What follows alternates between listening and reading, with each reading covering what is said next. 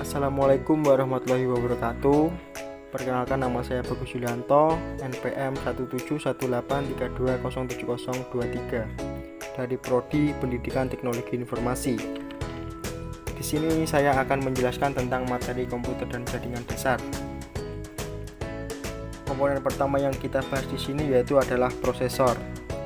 Prosesor merupakan sebuah IC yang mengontrol seluruh jalannya sebuah sistem komputer, atau bisa kita sebut otak komputer, karena bertugas melakukan perhitungan maupun memerintah program yang dijalankan oleh komputer. Proses inputan data menjadi keluaran berupa output merupakan fungsi dasarnya.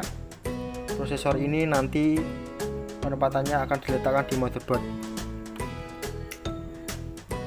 Kemudian perangkat selanjutnya yaitu heatsink fan. Heatsink di bagian bawahnya yang berupa aluminium, kemudian fan di bagian atasnya. Heatsink merupakan perangkat komputer yang berfungsi mengurangi panas yang dihasilkan oleh komputer, atau lebih tepatnya lagi nanti penempatannya dipasang di atas CPU. Kemudian juga biasanya diberikan sebuah gel atau pasta agar si heatsink ini bisa menempel dengan baik dan mengurangi panas pada prosesor. Oke, next ada motherboard atau papan sirkuit yang berfungsi sebagai tempat komponen-komponen seperti prosesor, kemudian nanti ada hard disk, ada RAM, dan lain sebagainya. Selanjutnya ada RAM atau Random Access Memory, merupakan perangkat keras yang berfungsi menyimpan data maupun instruksi yang dilakukan oleh prosesor. Jadi penyimpanan data di sini sifatnya hanya sementara, tidak permanen seperti hard disk.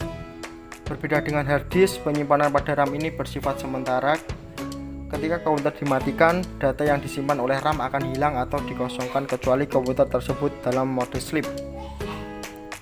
Oke, perangkat selanjutnya di sini adalah hard disk. Hard disk merupakan perangkat keras komputer yang berfungsi sebagai media penyimpanan.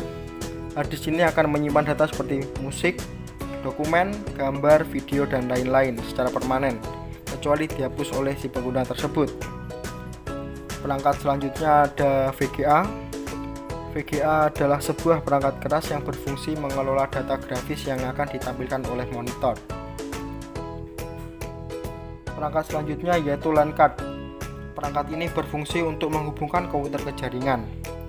LAN card biasanya ada yang berupa wireless atau layer, yaitu yang menghubungkan port RJ45. Tanpa LAN card, komputer kita tidak bisa terhubung ke jaringan. Seperti itu simpelnya.